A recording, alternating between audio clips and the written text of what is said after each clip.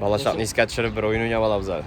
Mana bu yo'l orqali chiqib o'rnida mana xatiga yoqdan kelgan nishanchi. Davay 5-mashina meniki, 6-mashina o'limniki, 7-mashina Ayratniki. Boshlaymiz. Cho'parka yo'q bu bir.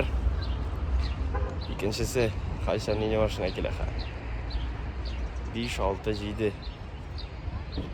Tuban kamadamiz. Tuban kamada tek mashinalar bor atish.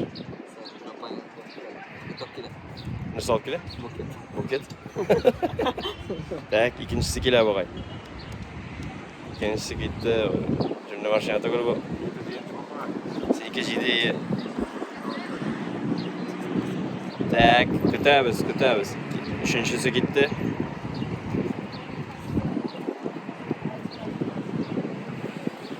Dördüncüsü.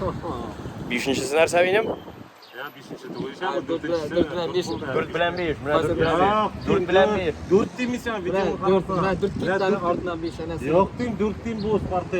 Yarar. 4 bo'lsin. Ya jalqishdi oluyor.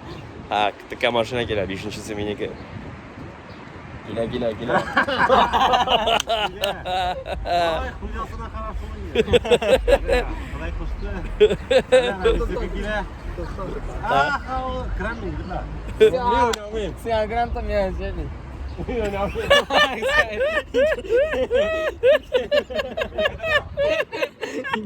Birsa keldi ana.